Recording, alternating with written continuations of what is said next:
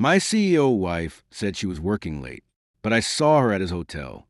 The text came in at 9:37 p.m. Board meeting ran late. Heading to the office to finish the Q3 filings. Don't wait up. X. I read it twice. The X was new. Elena hadn't used a kiss in a text in months. It felt performative, like she'd added it because the lie needed seasoning.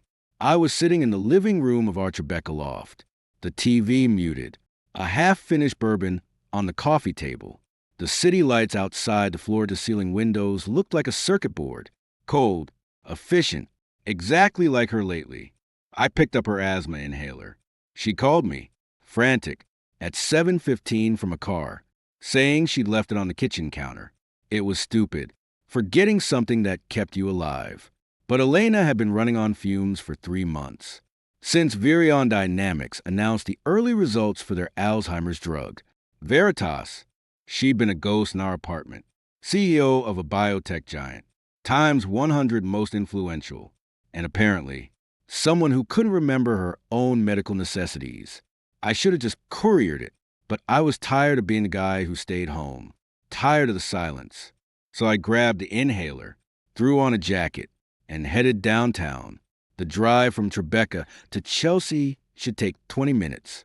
At 10 p.m. on a Tuesday, it took 12. My mind wasn't on the road, it was on the numbers. I used to be a buy-side analyst before I moved into venture capital. Old habits die hard. I'd been looking at Virion's public trajectory, and something felt off. Not the stock price. That was soaring. But the operational tempo. The late nights had started 6 weeks before the Veritas announcement. They weren't random. They clustered around board meetings and SEC filing deadlines. Sure, but also around dates that didn't appear on any calendar Elena had shared with me.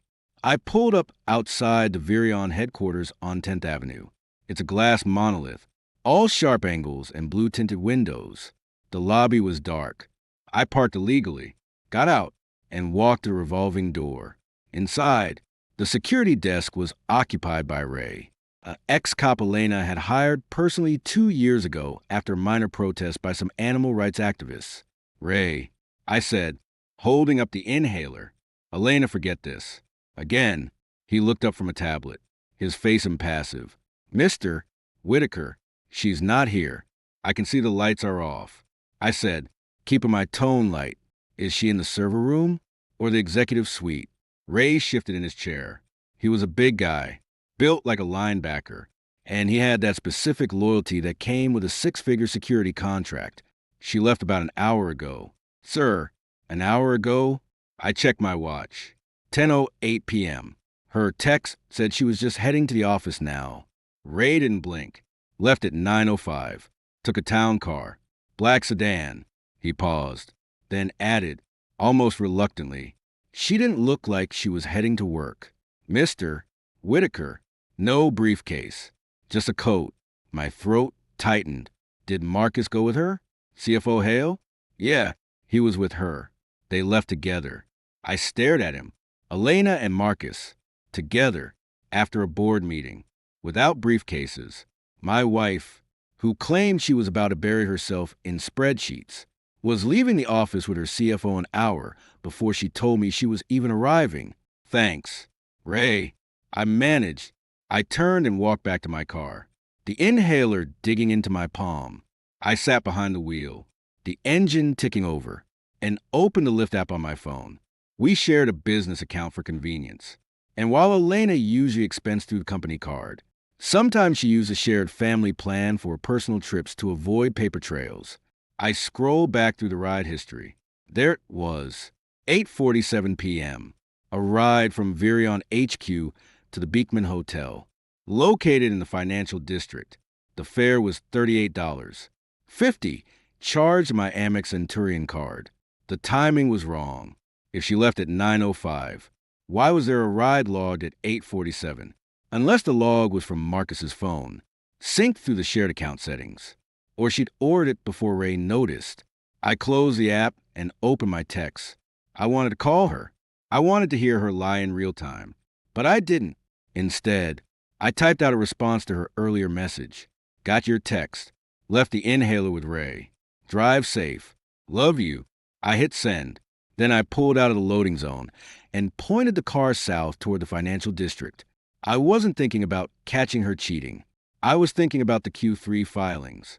I was thinking about the fact that Virion had pre-announced earnings last quarter that didn't match the preliminary data I'd seen leaked to a few hedge funds. I was thinking about how Elena had started using a separate encrypted messaging service on her iPad, one she thought I didn't know the passcode for. The Beekman isn't a midtown business hotel where you crash after red eye. It's a temple of old New York money, all Gothic revival and brass fixtures. It's where you go when you need privacy that a Four Seasons can't guarantee. I found a spot on a side street, killing the engine. The rain started then. A cold, needle-like drizzle that made the city's lights blur. I walked into the lobby. It smelled like leather and expensive cognac. I didn't approach the front desk. I scanned the lounge area near the Temple Court restaurant. And there she was. Elena was in a corner banquette, partially obscured by a marble column.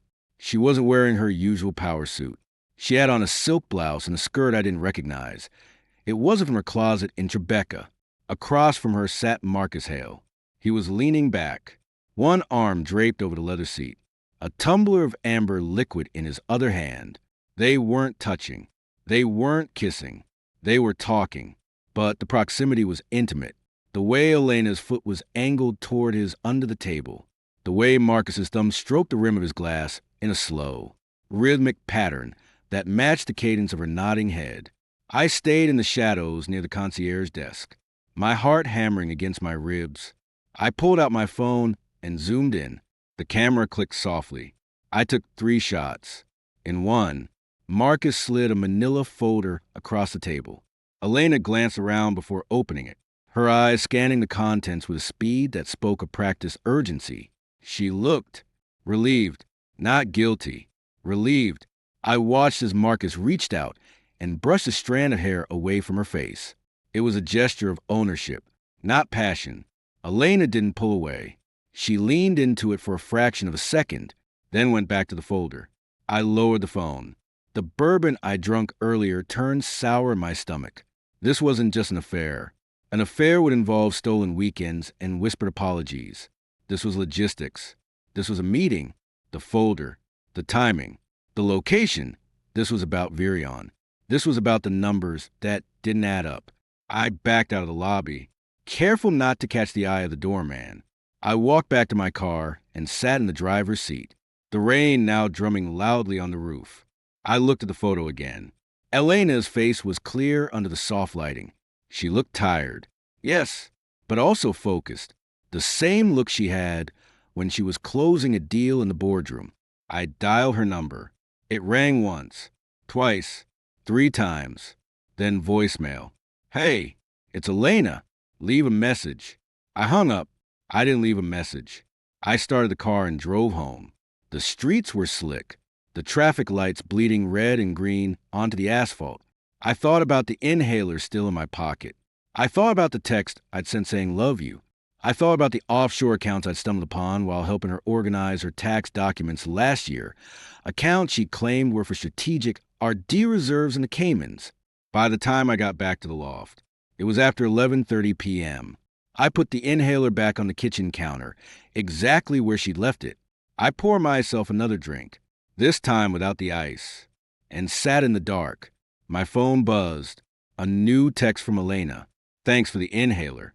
Just got to the office. It's going to be a long one. Miss you. I stared at the screen until the light dimmed.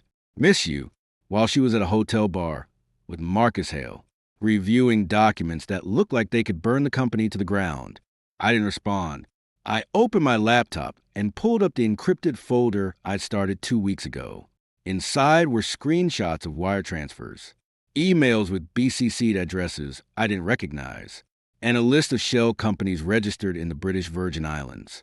I added a note to the file, 9:37 p.m., Beekman Hotel. Folder exchange. Confirmed. I closed the laptop. The city outside was waking up in its own nocturnal way, sirens in the distance, the hum of the FDR drive. I sat there, listening to the silence of my marriage. I wasn't angry yet. Anger would come later. Right now, I was calculating risk. I was assessing exposure. I was looking at the woman I'd been married to for 8 years and realizing I was looking at a stranger who had just made me an accessory to something I didn't understand.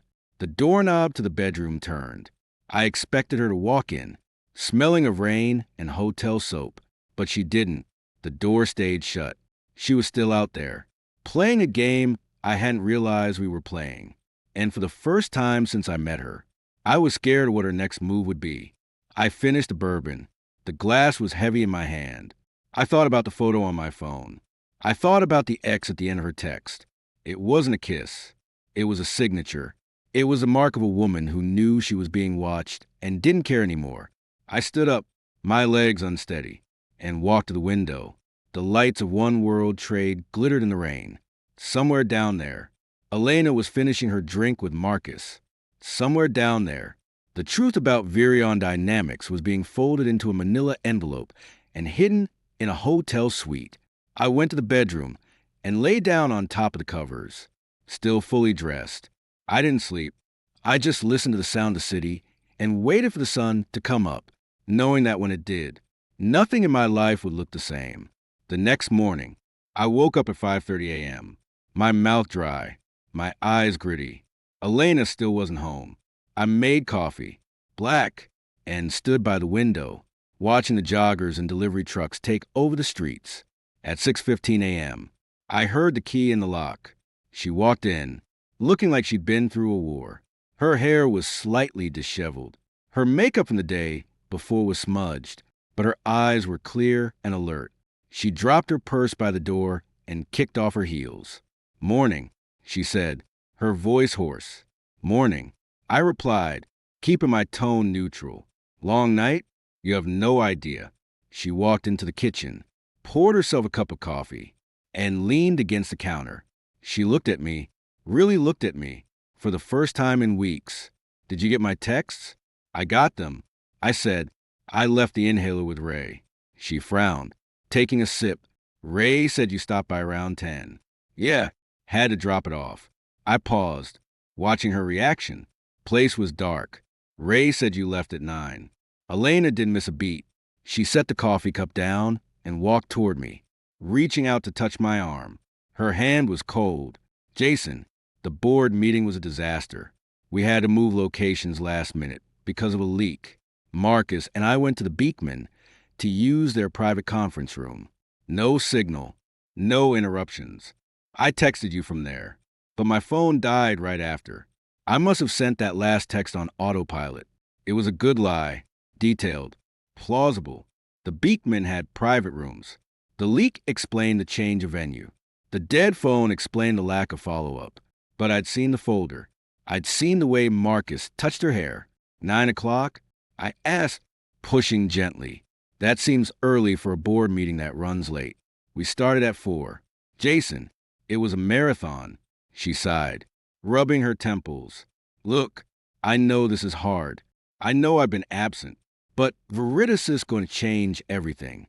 Once we get through the FDA approval process, I won't have to do this anymore."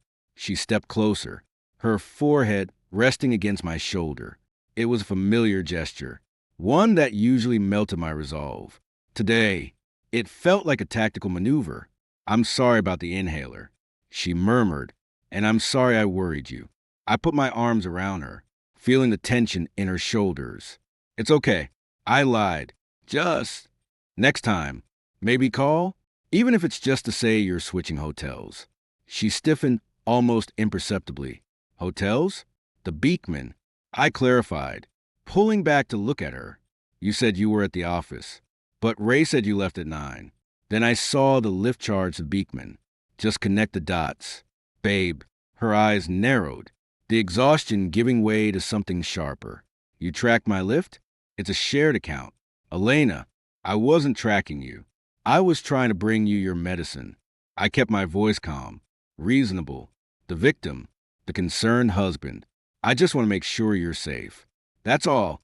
She studied me for a long moment, then relaxed, forcing a smile. "I know. I'm sorry. I'm just..." Stretched thin. "Yes." We went to the Beekman. It was the only place with a secure line at that hour. Marcus booked it. I didn't think it mattered. There's no we in your texts. Though, I said, the words coming out before I could stop them. You said, I'm heading to the office. Not we. The smile vanished. She stepped back, crossing her arms. Are you seriously auditing my grammar right now, Jason? After I just spent 14 hours trying to save this company? No, I said quickly. Backtracking. I'm not. I'm just tired. Forget it. She turned away, grabbing her coffee. I'm going to shower. I have a call with the SEC at 8. As she walked toward the bedroom, I stayed by the window. My heart was pounding, so hard I thought it might crack a rib. She confirmed the hotel. She confirmed Marcus. But she'd wrapped in the flag of corporate duty. And the worst part was, I almost believed her. Almost. But then I remembered the folder. The way she looked at it. Not with the stress of a CEO facing regulators, but with the satisfaction of a gambler holding a winning hand. I walked to my laptop and opened it. I stared at the photo of her at the Beekman. I zoomed in on the folder. The corner of a logo was visible. It wasn't Virion's. It was a stylized B with a serpent coiled around it. I didn't recognize it. I spent the next hour digging through every database I had access to. Biotech firms, pharma subsidiaries, shell companies. Nothing. The logo was a ghost. By the time Elena emerged from the bedroom, dressed in a charcoal gray suit, her hair perfectly coiffed, I was no closer to an answer. She paused by the door, her hand on the handle. I'll be late again tonight, she said, not looking at me. Don't wait up. It was the same script. Different day. Be careful, I said. She glanced back, her eyes unreadable. Always am. Then she was gone. The loft felt colder without her. I looked at the inhaler on the counter. I looked at the photo on my screen. And I realized that the woman who just walked out my door wasn't just my wife. She was a variable in an equation I hadn't been invited to solve. And if I didn't figure out the formula fast, I was going to be the one who got erased. I closed the laptop and picked up my phone. I scrolled through my contacts until I found the number for David Chun, a former colleague who now worked in forensic accounting. I hit dial. Jason. David answered, his voice thick with sleep. It's 7 a.m. I need a favor. I said, keeping my voice low. Off the books. I need you to track a logo. A stylized bee with a serpent. And I need it done today. There was a pause. This about Elena? Everything is about Elena right now. I said, can you do it? Another pause. Then, send me the image. I'll call you tonight. He hung up. I forwarded the photo, cropping it to just the logo. As I hit send, I felt the first real stirrings of anger. Not the hot, blind rage of betrayal, but the cold, precise anger of a man who'd been played. Elena thought she was the only one with secrets. She thought her world of boardrooms and offshore accounts was impenetrable, but she'd forgotten who she'd married. Before I was the husband waiting at home, I was an analyst. I dealt in data. I dealt in discrepancies.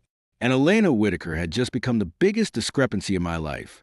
I spent the rest of the morning tearing apart our home office. I went through her drawers, her filing cabinets, her hidden safe behind the framed Monet print. The safe was empty except for some bearer bonds and a handgun. Nothing useful. Nothing that explained the folder at the Beekman. By noon, I was frustrated. I sat back in her leather chair, staring at the blank wall. That's when I noticed it. A faint indentation on the wallpaper behind the desk chair. A rectangular shape, slightly discolored, like something had been hanging there for years and was recently removed.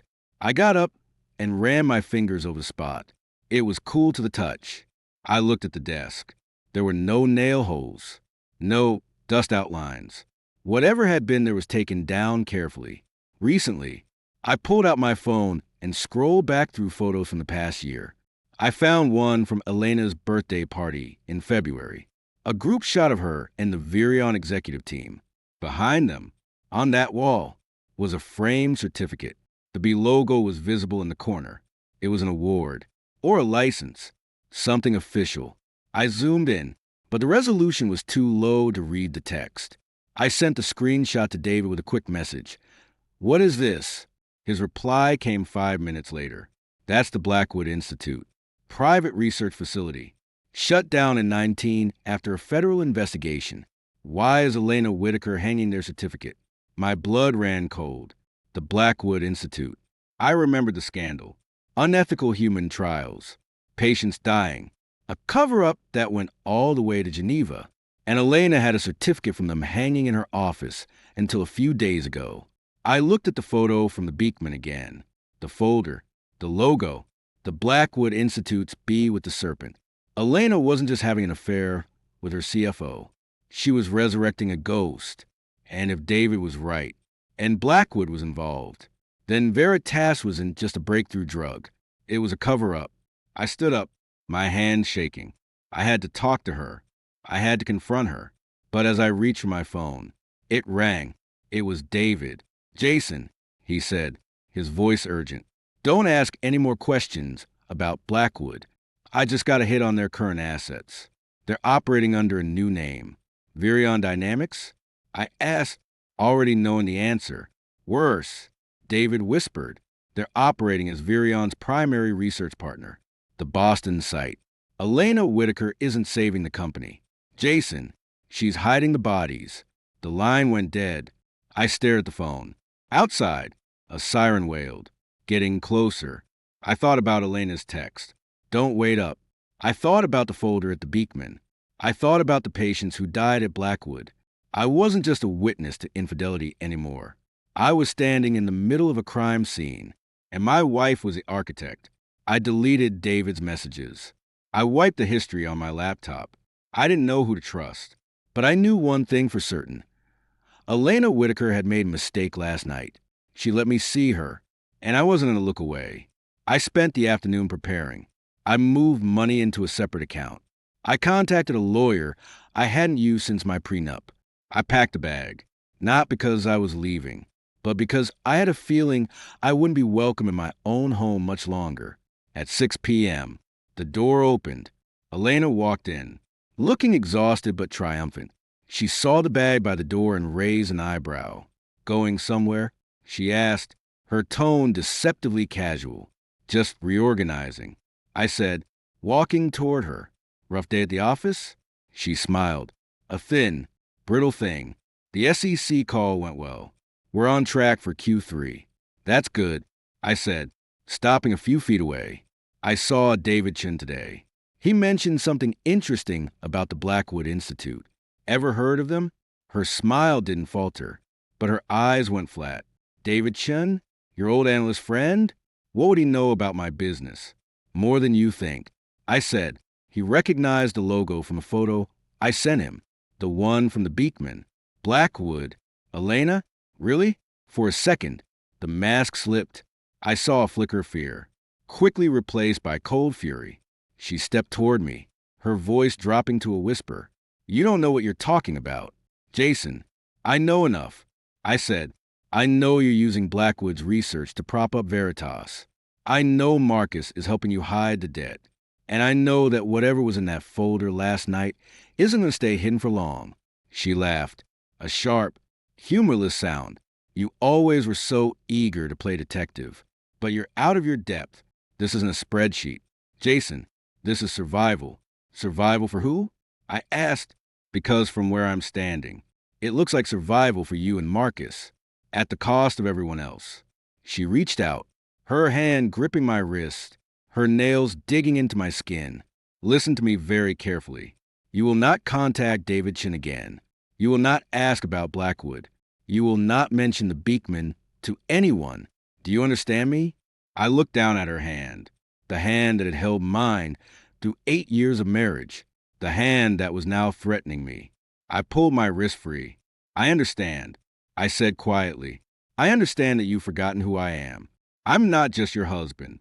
Elena, I'm the guy who sees the things you don't want seen. And I've seen enough. I walked past her to the bedroom and closed the door.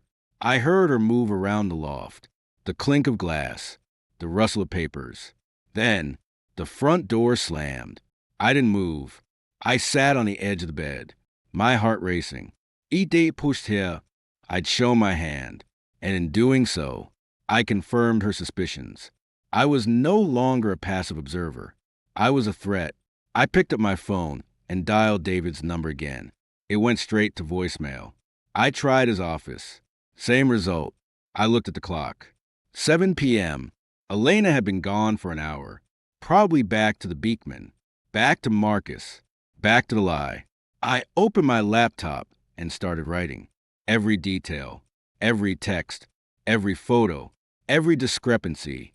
I wrote until my fingers ached. I wrote until the sun started to rise again.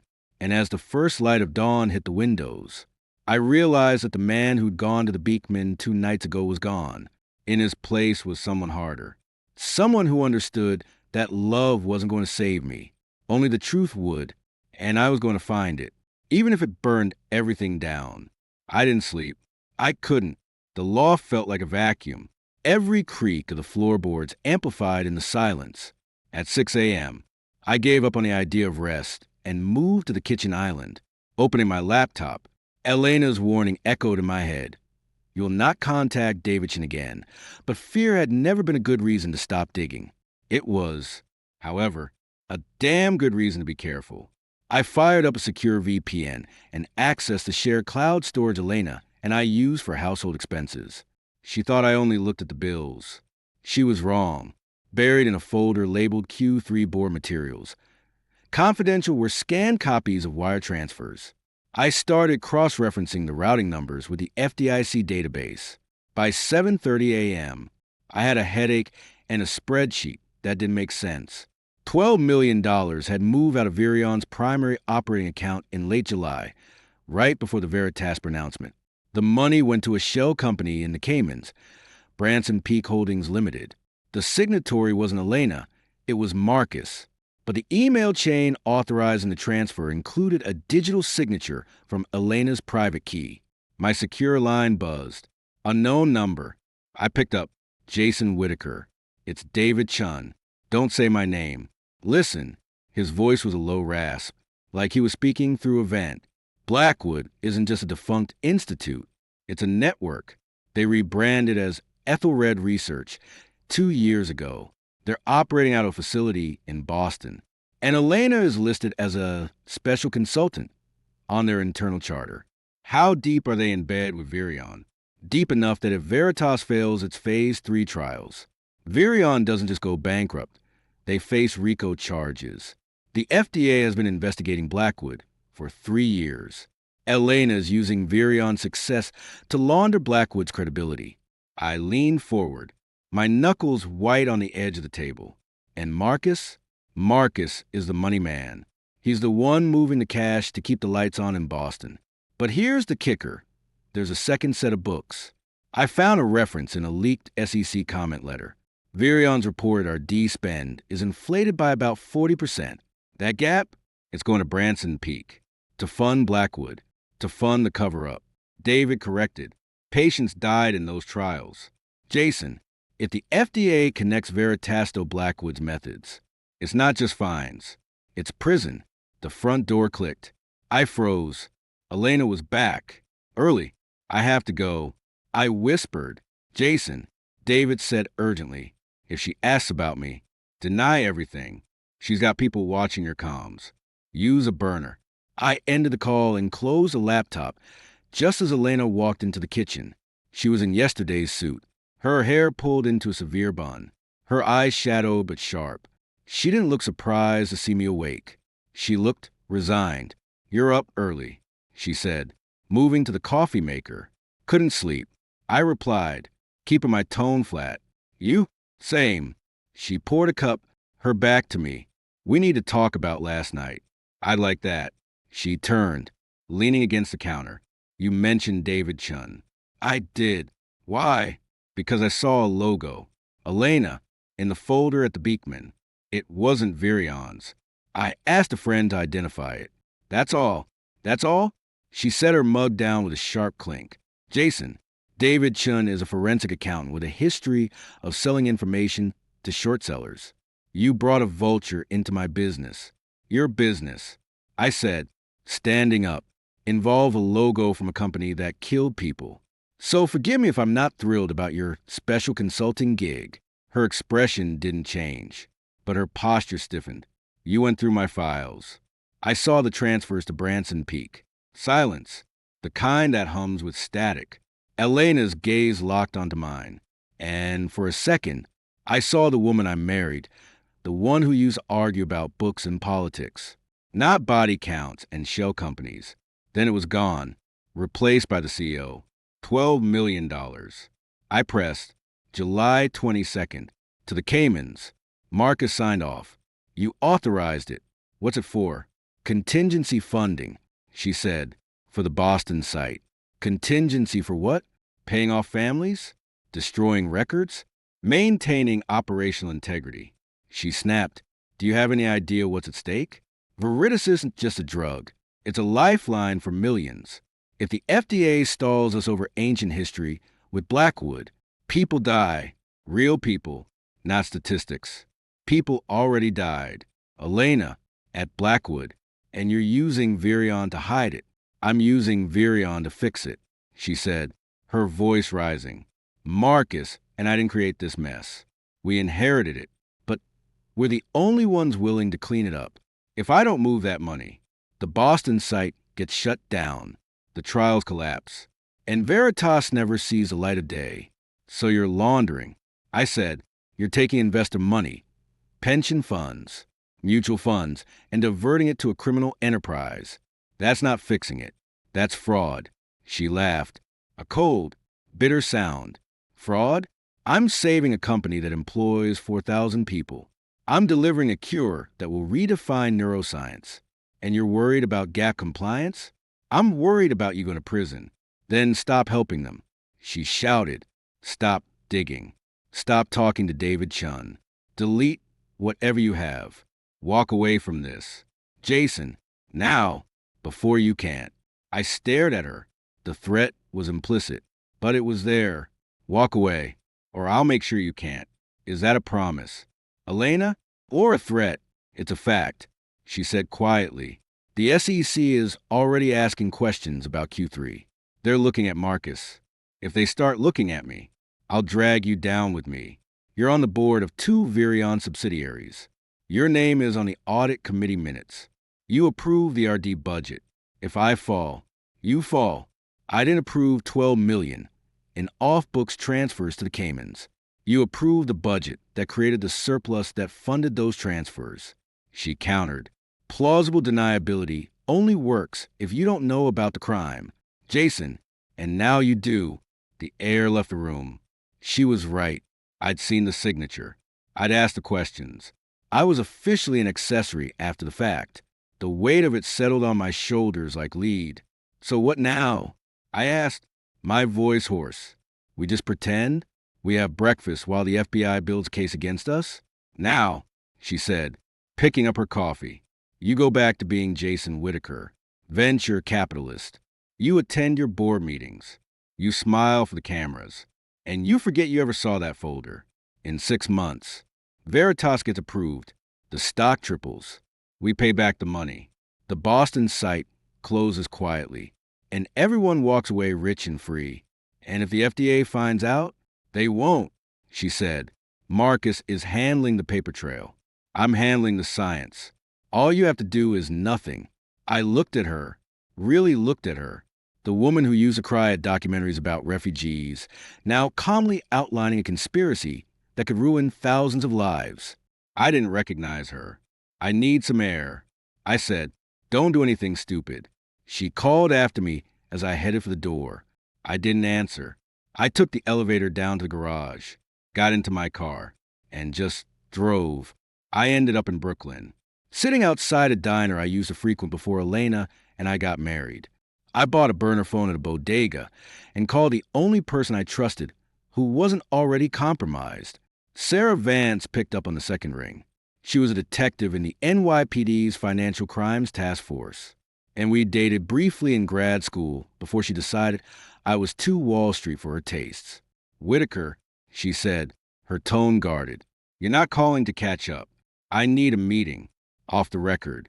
Today. What kind of meeting?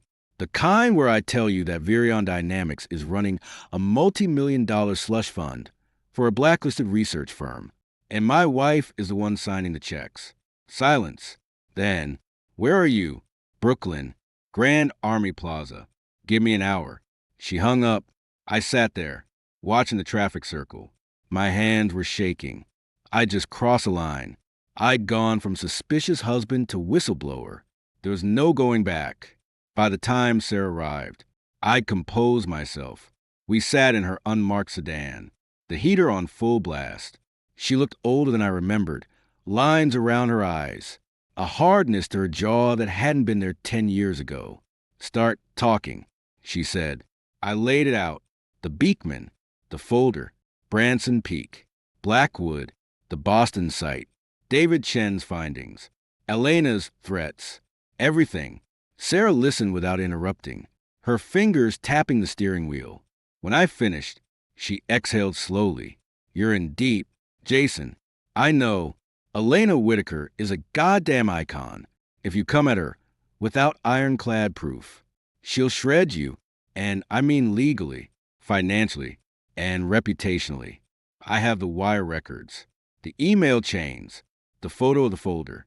That folder isn't evidence of crime. It's a picture of two people looking at paper. The transfers? They're authorized by Marcus. Elena's signature can be explained as routine oversight. You'd need an insider to flip, someone who can testify to the intent. Marcus. I said, Marcus is a pro.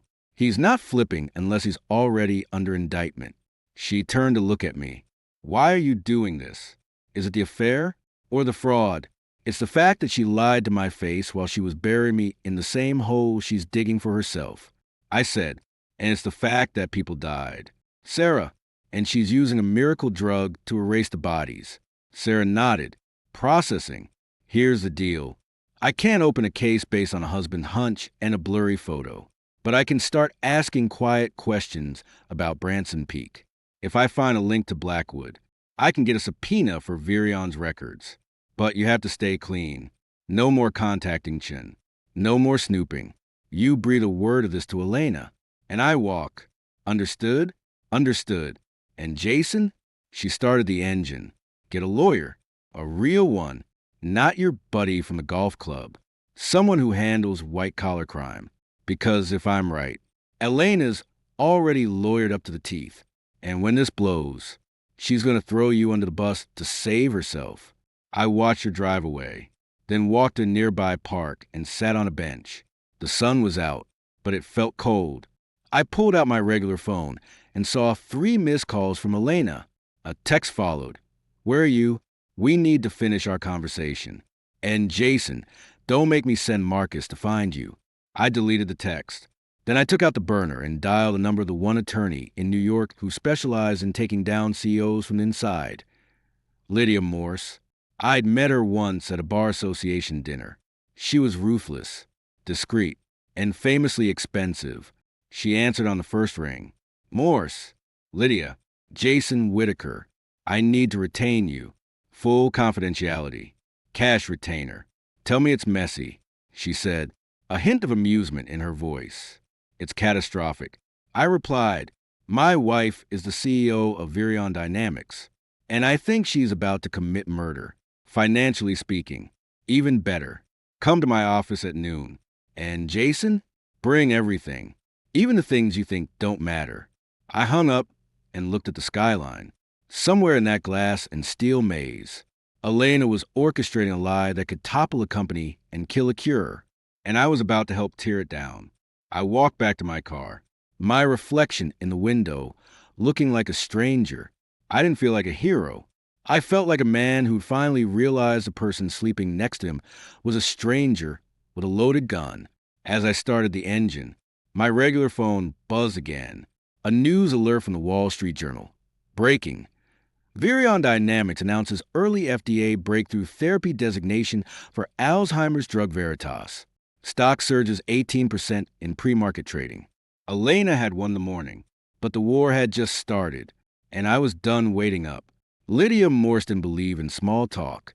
Her office in Midtown looked like a depository for litigation, floor-to-ceiling shelves sagging under the weight of binders. A single lamp casting a pool of light on a mahogany desk scarred with cigarette burns from a previous tenant. She listened to my summary of the last 48 hours without taking a single note. When I finished, she steepled her fingers and fixed me with a stare that could wither a witness on the stand. "Let me get this straight," she said, her voice a gravelly rasp. "Your wife, a Fortune 500 CEO, is secretly funding a disgraced research institute through Cayman Islands shell companies.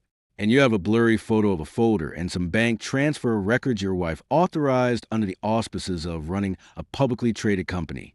You've also retained the services of a forensic accountant I wouldn't trust to balance a checkbook. And you've involved a detective from financial crimes who has zero jurisdiction over the SEC. That's about the size of it." I said, "It's a mess.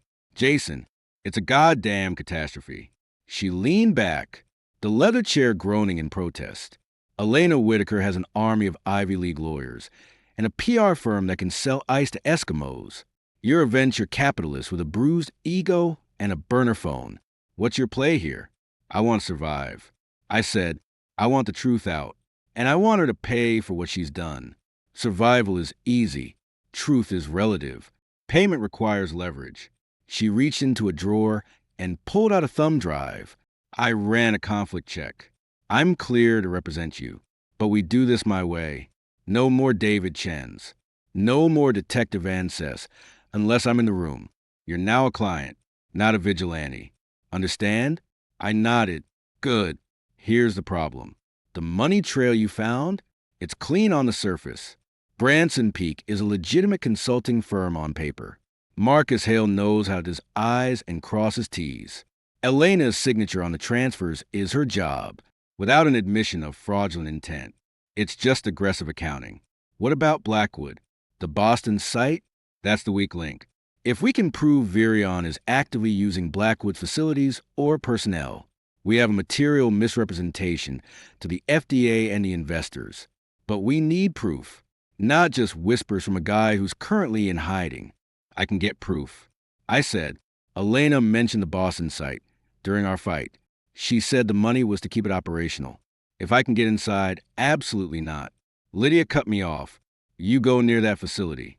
You'll either get arrested for trespassing or disappear into a hole. So deep your mother won't recognize your dental records. We do this through channels. I'll file a confidential tip with the SEC's whistleblower program if they investigate.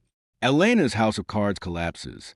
And if she finds out I filed the tip before the SEC moves," I asked, "she'll destroy me. Lydia, she already threatened to frame me for insider trading, which is why we don't tell her." Lydia tossed a thumb drive onto the desk. "This is a secure, encrypted portal. You upload everything you have, every text, every photo, every wire transfer. From this moment on, you don't delete anything, you don't alter anything, and you don't talk to Elena without clearing it with me. If she asks about David, tell her he's a paranoid drunk who's seeing conspiracies because he lost a fortune shorting Virion.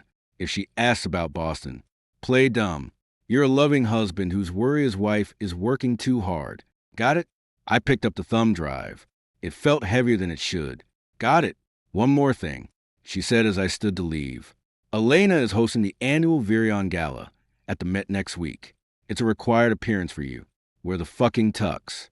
Smile for the cameras. And don't give her a reason to suspect you've lawyered up. If she thinks you're a threat, she'll neutralize you. And Jason, neutralize doesn't always mean jail. Sometimes it means a scandal that makes you uninsurable in this town." I left her office feeling like I'd just been fitted for a straitjacket. The weight of the thumb drive in my pocket was a constant reminder that I was now a player in a game I didn't know how to win. I drove back to Tribeca, my mind racing. Elena was at the office. According to her assistant, I had 6 hours before she expected me home. I ignored Lydia's advice. I couldn't sit in the loft and wait for the SEC to move at the speed of government. I needed to see the Boston site for myself, not to break in, just to confirm it existed, just to look at the building and know I wasn't crazy.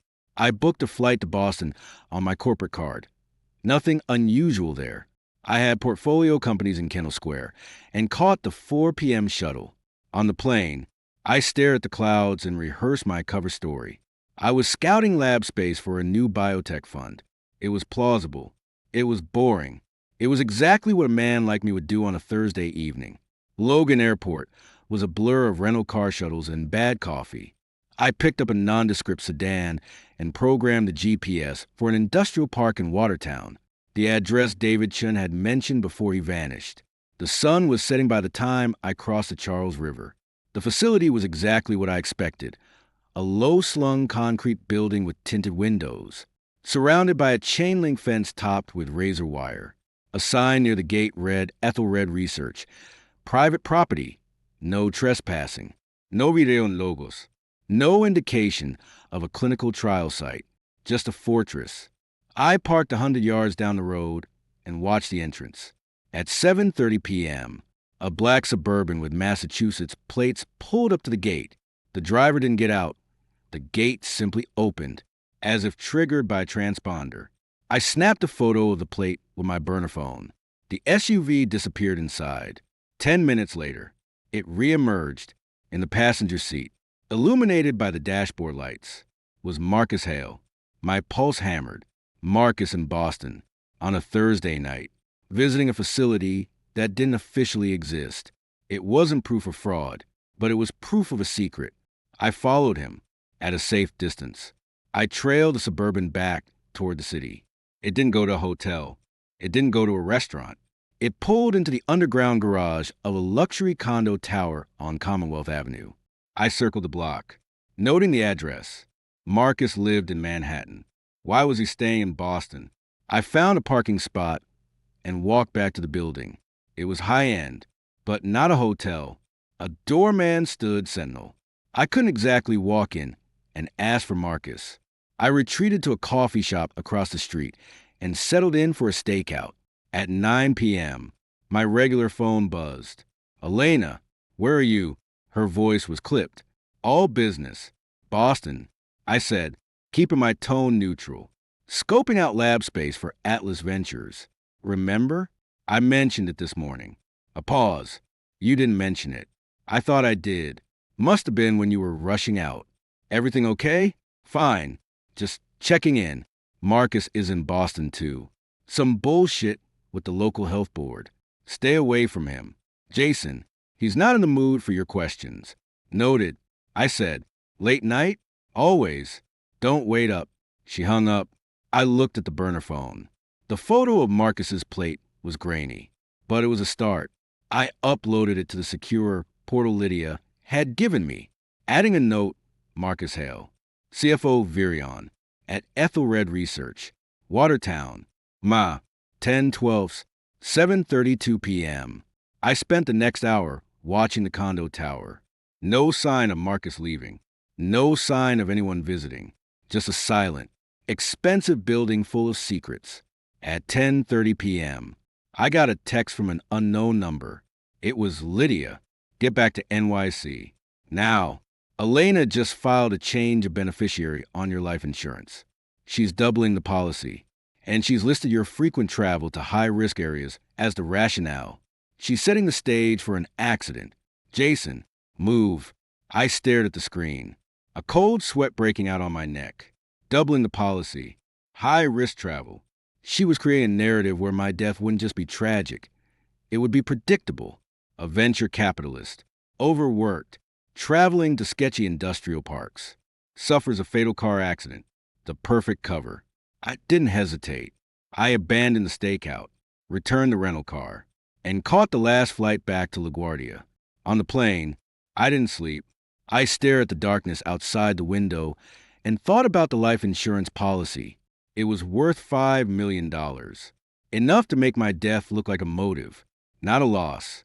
By the time I landed at midnight, I was running on adrenaline and fear. I took a cab home, my eyes scanning the rearview mirror for tails.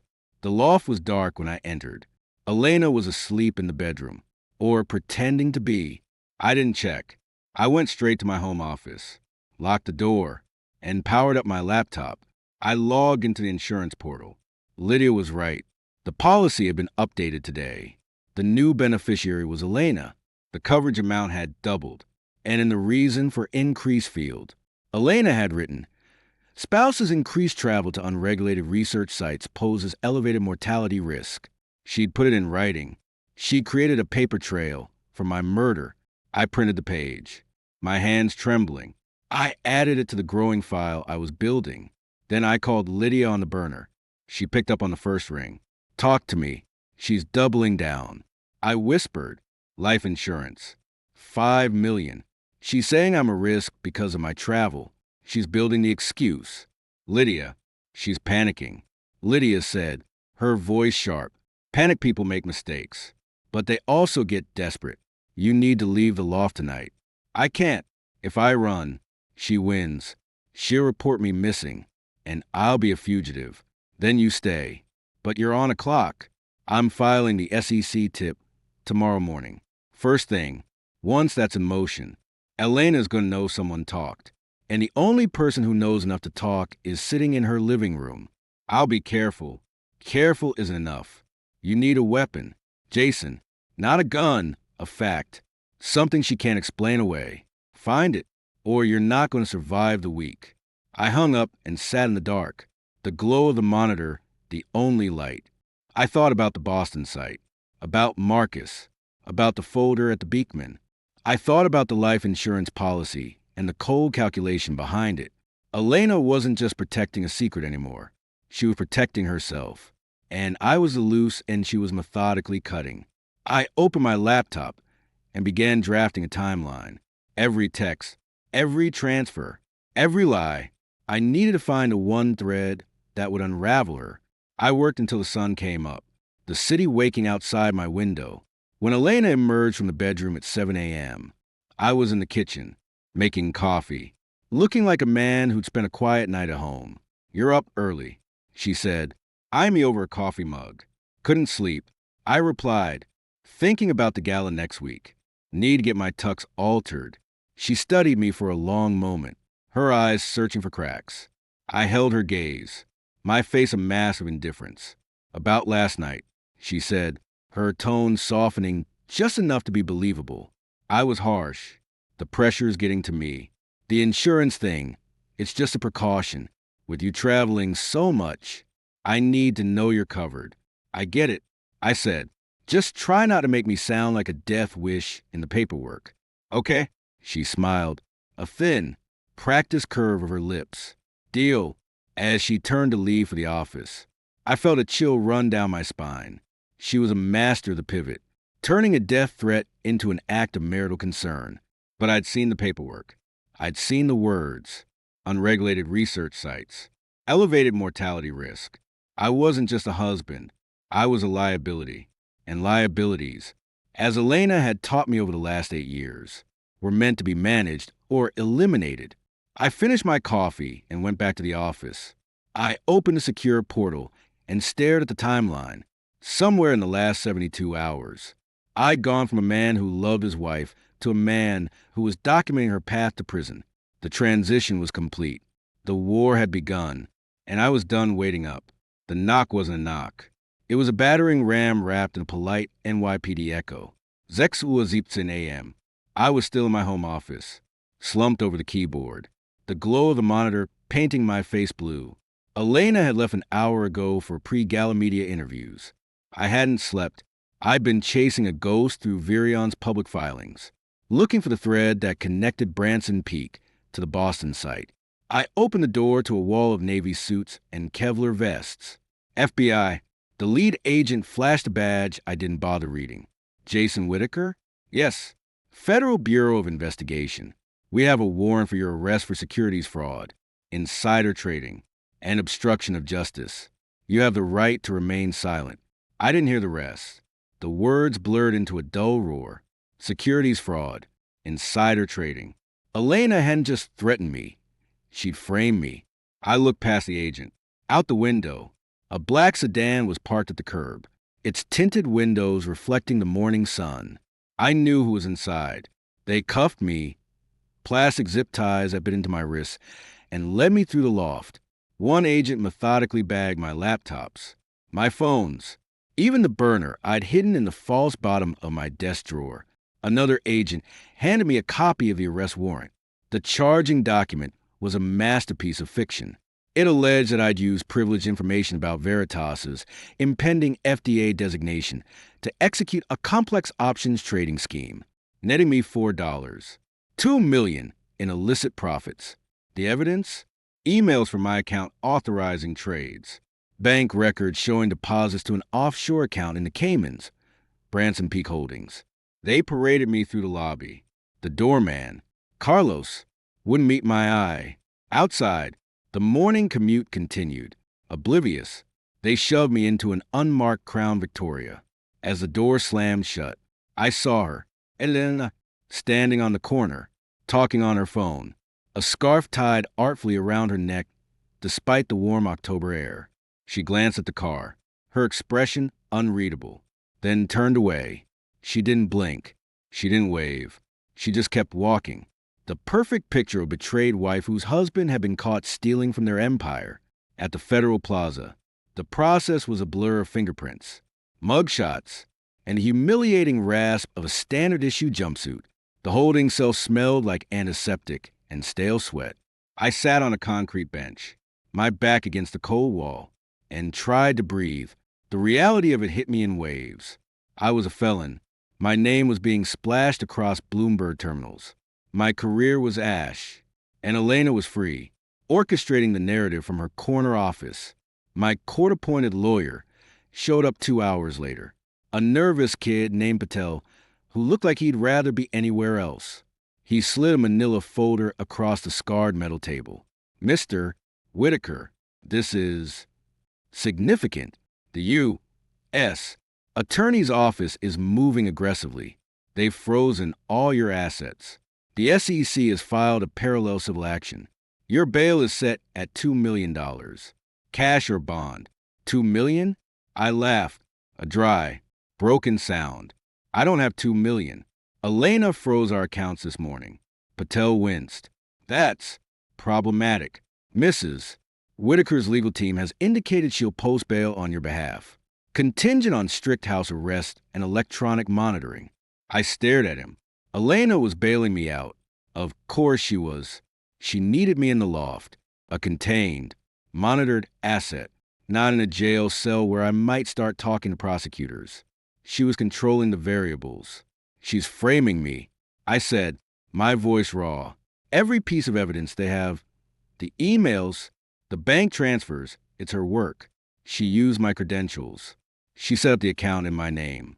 Patel looked uncomfortable. Mr. Whitaker, the digital forensics are compelling. The emails originated from your IP address.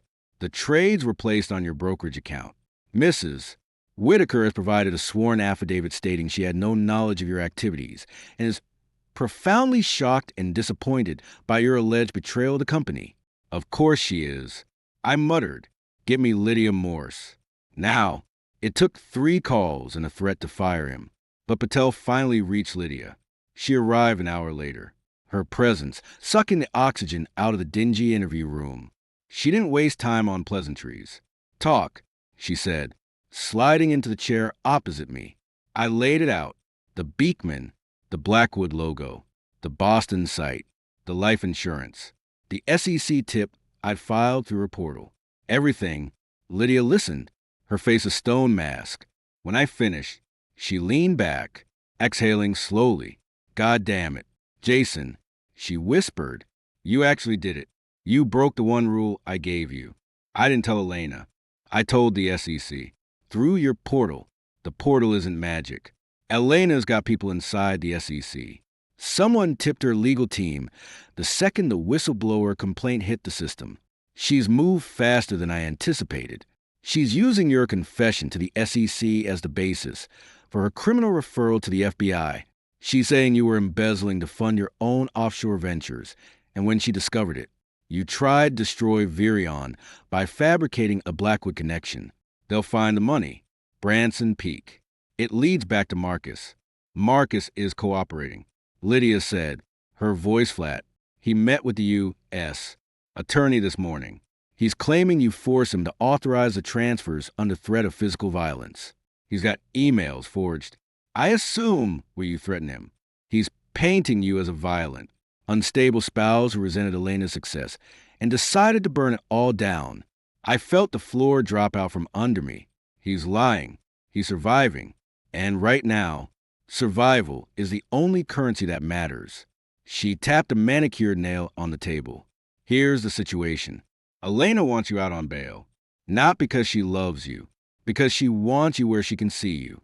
House arrest, ankle monitor, no internet, no visitors except counsel. She'll control your food, your medicine, your access to the outside world. It's a gilded cage, Jason, and once you're in it, she'll dismantle the remaining evidence against her, frame you for the Blackwood deaths, and leave you to rot in a federal penitentiary. What's the alternative? Plead not guilty. Stay in jail. Demand protective custody. Start talking to the assistant U.S. attorney who's handling the case, a woman named Rachel Donovan. She's young, ambitious, and she hates Elena Whitaker's guts. If you give her Elena, she'll consider a cooperation agreement, but it means burning everything. Your marriage, your reputation, your freedom for the next 5 to 7 years. I thought about Elena's face this morning. The cold calculation, the scarf hiding a bruise I hadn't noticed until now, a shadow on her collarbone that looked suspiciously like a thumbprint. Had Marcus done that, or had she staged it? Elena's going to kill me, I said quietly. If I go back to that loft, she'll finish what she started with the life insurance. Probably, Lydia agreed, but if you stay here and talk, you might take her down with you. It's your choice. Jason, die a martyr in your own home, or live long enough to see her in cuffs. The guard came to the door. Time's up, counselor. Lydia stood. I'll arrange the meeting with Donovan, but you have to decide now. Jail and a chance at redemption, or house arrest and slow, quiet murder. I looked at the concrete walls, the flickering fluorescent light. Jail was terrifying, but the loft, with Elena in it, was a tomb. Set up the meeting. I said, I'll talk. Lydia nodded, a grim satisfaction in her eyes. Good. I'll be back with Donovan in an hour. And Jason? Don't say a word to anyone else. Not Elena's lawyers. Not Patel. Not the guard. Not even a prey. Assume every word is being recorded and piped directly to Elena's war room. She left. The guard led me back to the holding cell. I sat on the bench, my heart a steady, cold rhythm. I was a pawn in a game Elena had designed, but I just flipped the board. I thought about the photo on my C's phone, the one of Elena and Marcus at the Beekman. I thought about the life insurance policy. I thought about the patients who died in Boston. An hour later, Lydia returned with a tall, sharp-featured woman in a charcoal pantsuit, Rachel Donovan. She introduced herself, then got straight to business. Mr. Whitaker, I'm offering you a chance to cooperate against Elena Whitaker and Marcus Hale, but I need verifiable, admissible evidence, not rumors, not burner phone, photos, hard data, bank records, server logs, physical documents. Can you provide that? I can, I said, but it's not on any device you've seized. Elena has my electronics. The evidence is hidden, in a place she'll never look, where I leaned forward, my voice dropping to a whisper. The Beacon Project. It's a code name. Elena uses it for her most sensitive backups. The physical drives are hidden in the one place she considers sacred, the old Virion server room in Building 4, the Boston site. It's not on any map. It's underneath the floorboards in the northeast corner, behind the primary coolant pump. I saw the access panel when I was there last month. She thinks I was scouting lab space. I was looking for a way in. Donovan's eyes narrowed. You're telling me the CEO of a publicly traded company is hiding evidence in a floorboard in a derelict research facility? I'm telling you she's terrified of the FDA finding out about Blackwood.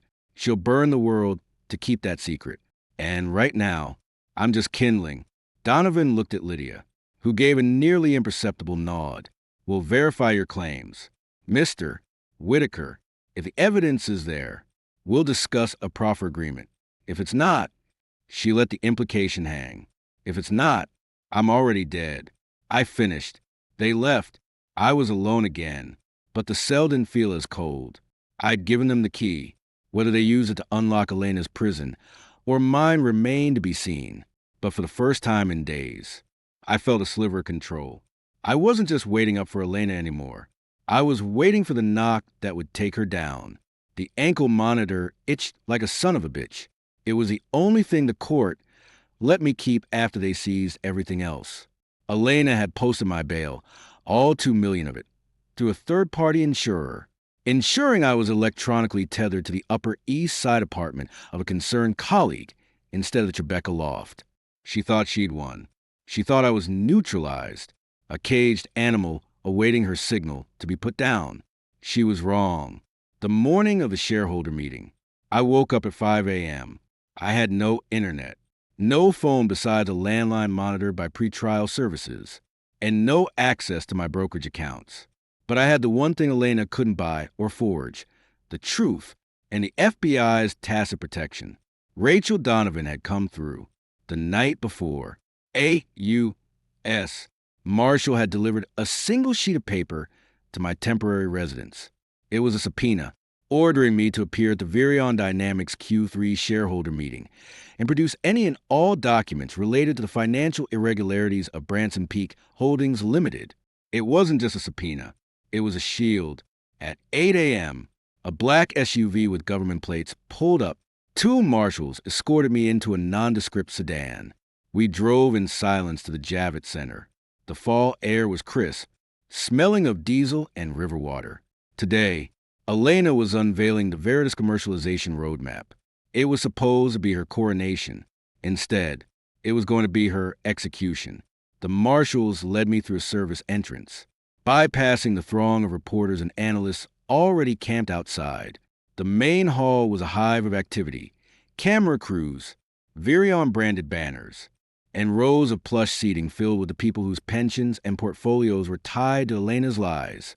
I spotted Marcus Hale near the stage, looking sharp in a navy suit, his smile practiced for the Bloomberg cameras. He saw me then. His smile didn't falter, but his eyes went flat. He leaned over and whispered something to Elena, who was reviewing her notes at the podium. Elena looked up. Our eyes met across the crowded room. For a split second, the mask slipped. I saw it. The flash of pure, undiluted hatred. Then it was gone, replaced by the serene, confident expression of a woman about to address her kingdom. She gave a microscopic shake of her head at Marcus, a silent command to proceed as planned. The meeting began with the usual fanfare. The chairman of the board droned on about innovation and shareholder value. Elena took the stage to a standing ovation. She was magnificent.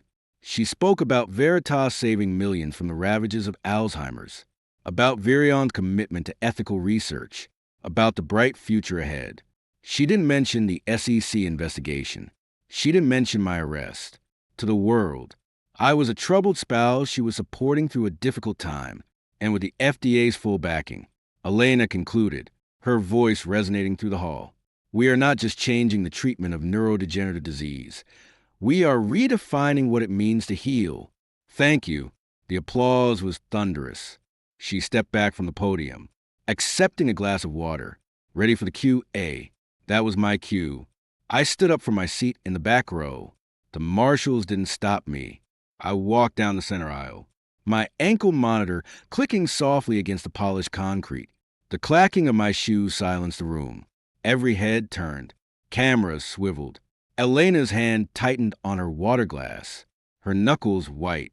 Ellen, I said, my voice cutting through the sudden silence. It sounded louder than I expected, steady and clear. Before we talk about healing, maybe we should address the bodies buried in Boston. The room erupted, not in cheers, but in a chaotic wave of shouted questions and gasps. Security started moving toward me, but the marshals stepped in front of them, their badges flashing. Elena raised a hand, and miraculously, the room quieted. She looked at me, her face a masterpiece of controlled fury and feigned concern. Jason, she said, her tone gentle, patronizing. This isn't the time. We can discuss your medication later. Please, sit down. I'm not on medication, I said, climbing the 3 steps to the stage. The The marshals didn't follow. But they didn't stop me either. I stopped a few feet from her. I'm here because you invited me. Elena, you bailed me out. You wanted me here. You wanted me to see you succeed while I rotted. I wanted to support my husband during a difficult period, she said, her voice carrying to every corner of the hall. Clearly, his legal troubles have exacerbated his delusions. Delusions? I turned to the crowd. Is it a delusion that Virion funneled $12 million to a Cayman Islands shell company called Branson Peak Holdings?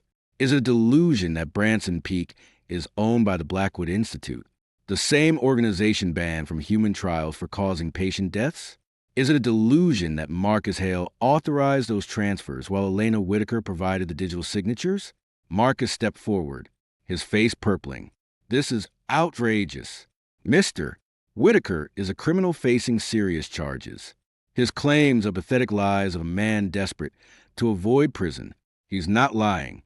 A new voice rang out. Detective Sarah Vance walked into the center aisle, flanked by two FBI agents in sober suits. She didn't look at me.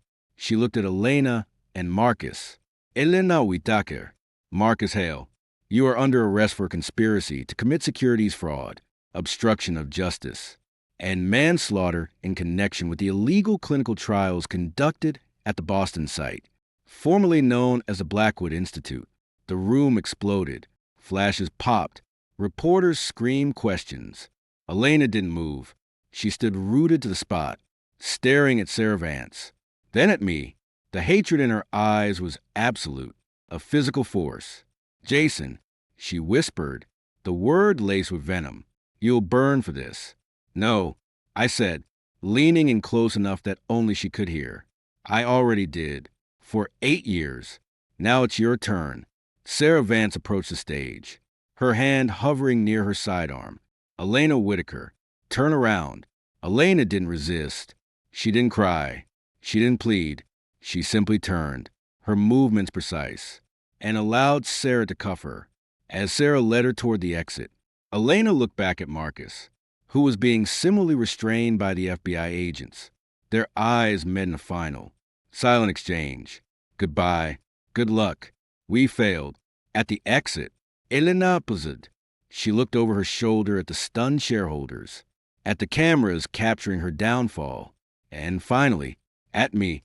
Her expression was no longer one of hatred. It was something colder, emptier, acceptance. You always were so eager to see the numbers, she said, her voice echoing in the suddenly silent hall. But you never understood the cost of making them balance. Then she was gone, swallowed by the glare of the lights and the chaos of the arrest. The marshals guided me out a side door, away from the pandemonium. Outside, the fall air felt different, cleaner. I stood on the loading dock, watching the FBI vehicles pull away, Elena's profile visible in the back of a black SUV. Sarah Vance walked over, her expression unreadable. You did good. Jason, she said, the evidence from the Boston site was exactly where you said it would be. The Beacon Project, physical hard drives, hidden under the coolant pump. It's over. Is it? I asked, watching the taillights disappear. She's still out there. She's going away for a long time. So is Hale. Virion will survive, new management, federal oversight, but it'll survive, thanks to you. I looked down at the ankle monitor. What about me? Your cooperation agreement is solid. Rachel Donovan will recommend leniency. You'll likely face probation for the obstruction charge, maybe some community service. You'll lose your licenses, your standing, but you'll be free. Free. The word felt foreign. I'd spent the last few weeks in a prison of Elena's making. Now, the bars were gone, but the scars remained. I thought about the life we'd built, the lies I'd swallowed, the man I'd become in the shadow of her ambition. It was over. All of it. Sarah handed me a disposable phone. Burner. Untraceable. Lydia Morse will meet you at a secure location. Your old life is finished. Jason, time to build a new one. I took the phone. It was light, cheap plastic, a symbol of everything I'd become. I looked back at the Javits Center, at the glass and steel monument to Elena's hubris. Sirens wailed in the distance, heading toward the federal courthouse. Somewhere, Elena was being processed, her power reduced to a booking number and an orange jumpsuit. I didn't feel triumph. I didn't feel relief. I felt hollow, like a building stripped of its wiring. But as I walked toward the waiting marshal's car, I realized the hollowness wasn't painful. It was space. Space to breathe. Space to remember who I was before Elena Whitaker decided. I was a variable to be managed. I got into the car. The marshal didn't speak. We pulled away from the curb, merging into the midday traffic. I watched the city slide by. The same streets, the same people. But everything looked different, clearer. The lies were gone. The secrets were out. And for the first time in longer than I could remember, I was alone with the truth. And the truth, I decided, was enough.